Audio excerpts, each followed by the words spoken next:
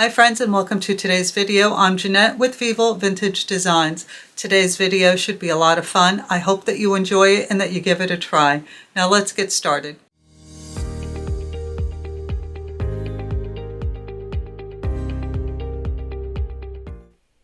Since losing my job in March, I have become a full-time artist. So this is what my day looks like. I'm up by about 4 o'clock in the morning. I make my coffee, I feed Diesel, I take him out for his walk, and then I sit in my living room enjoying my coffee, catching up on a little bit of reading and watching the sun come up.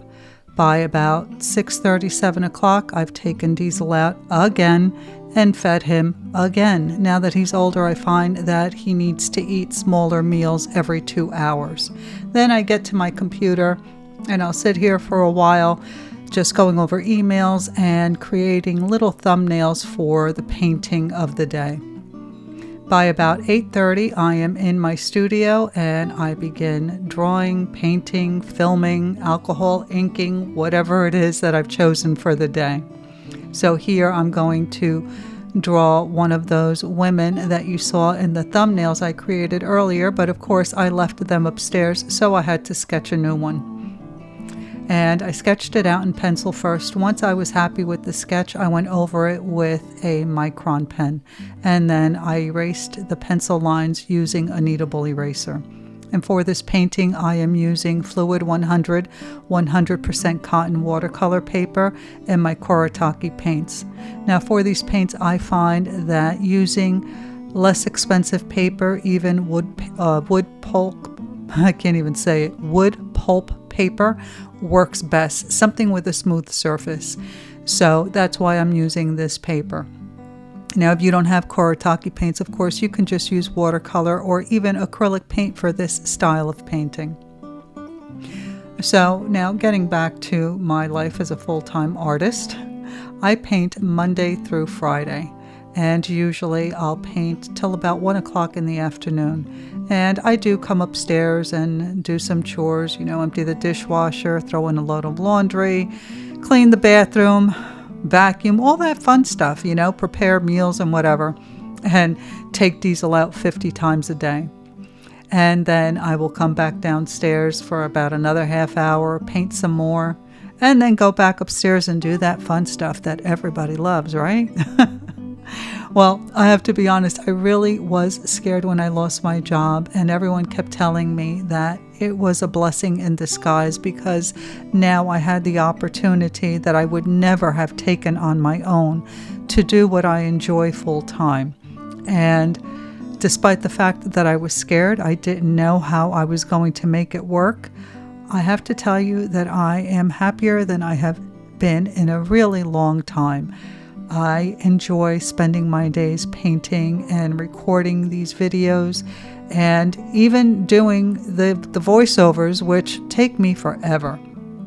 So by the time I usually stop painting by about 1 o'clock in the afternoon, and then I work my way back upstairs and I start the editing process. Now I am probably the least techie person you will ever meet in your life. I am 60 years old, so this does not come easy to me, and I had to teach myself how to edit videos. I watched so many videos on editing that you would think I would be better at it, but I'm not. So it usually takes me hours to edit a video, and then I have to do the voiceover, which I do repeatedly until I am satisfied or too tired to continue. And then I will upload the video and schedule it on YouTube, and I try to be at least a month ahead. So I'm actually recording this video on May 6th, but you'll probably see it sometime in June. I find it easier to get ahead than to try and create a video every week for the week, and now I'm trying to do more videos during the week, and I find that this schedule works really well for me. So far so good, folks. Okay, let's get back to the painting for a moment. So I really wanted this to be very colorful. So you can see that I used yellow for her hair, and I used, excuse me, lemon yellow, and I mixed it with a little bit of that beigey color that you see on the top left side of the screen. Then for her hat, I used purple, and for the brim, I used diluted ultramarine blue. Now for her lips, I didn't have a red that was red enough. So I took the red that I did have and I mixed a little bit of blue in it and a little bit of purple. And I ended up with this really pretty color, which was perfect. It's exactly what I wanted. Then I used the lighter shade of red and I used it in the center and blended it in with that darker red. And I think it turned out really well. I was very happy with it. And of course, my girl has to have some eyeshadow, so I used ultramarine blue for the eyeshadow.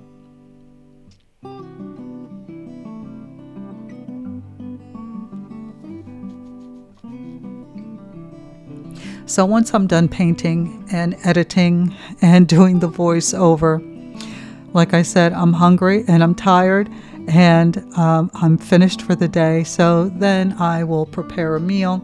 Sometimes I go downstairs and clean up my studio because I am a very messy artist. And then I'll jump in the shower, get into my pajamas, and by about 7:30 I am in bed. And usually I am asleep by about 8:30. And I know it's really early. Everybody laughs at me for going to bed so early, but I'm up at 4 o'clock in the morning. So it works for me. Okay, let's get back to the painting now. So I never use metallics. I am not a fan of metallics. However, since I started using this Kuretake paint, I am in love with the combination of these paints and metallics. So I brought out the metallics and I added some circles, some silver circles to her hat. I used the lighter gold for her earrings and then the copper color for her necklace. Then I began to outline all the elements of the painting. And I wanted to add a little texture to her hair, but hair is not my strong suit. However, I decided to take my own advice. It's just paper and paint. Take a chance. And I started adding these lines to the hair, and I absolutely love the way that it turned out. I was so proud of myself. It added so much texture and so much more detail to the painting. But that wasn't it. I didn't stop there. I got a little cocky because my lines turned out well, and then I gave her highlights, and you'll see that in just a minute.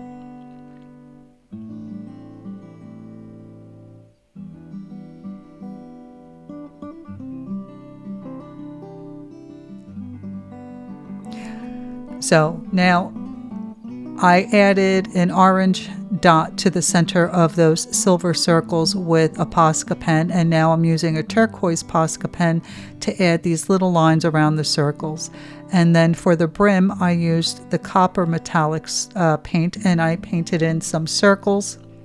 And later I added a dot with a Posca pen in the center in the color blue, and then I used this dark pink to create little dots around the circles.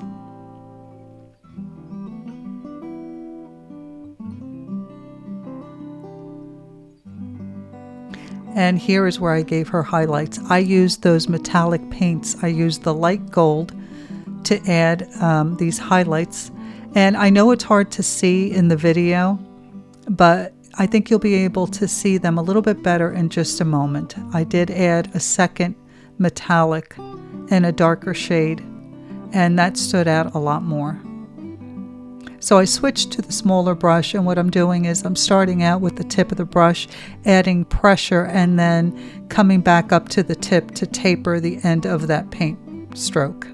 And you can see here that I'm adding the darker gold, and I'm just adding it alongside of the lighter gold that I added before.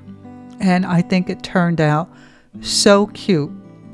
I was really nervous to try it, but as I said, I give the advice all the time, take the chance, don't be afraid, just do it. It's only paper and paint, but I find it hard sometimes to take my own advice. So you know you're not alone. It happens to all of us. Now, her dress, I couldn't leave that alone, so I had to add some little daisies, and I'm using a white Posca pen, and I'm just creating 5 little lines that meet in the center, and then later I'll take another Posca pen and add a dot in the center. So if you noticed in the little thumbnails that I created in the morning, I had circles in the background, so I decided to use that thought for this painting, and I used 2 different blues, a lighter blue and a darker blue, and I created these circles all around the background. When I was finished with the circles, I took the white Posca pen and I added some dots around these circles. I think with this style of painting, it's so easy to get carried away. The more you add, the more whimsical it is and the more charming. I don't think that you can do anything wrong in this style of painting. So now her hat looked a little plain to me, despite the million flowers that I added to it. So I took the black Posca pen and I outlined the hat with black dots.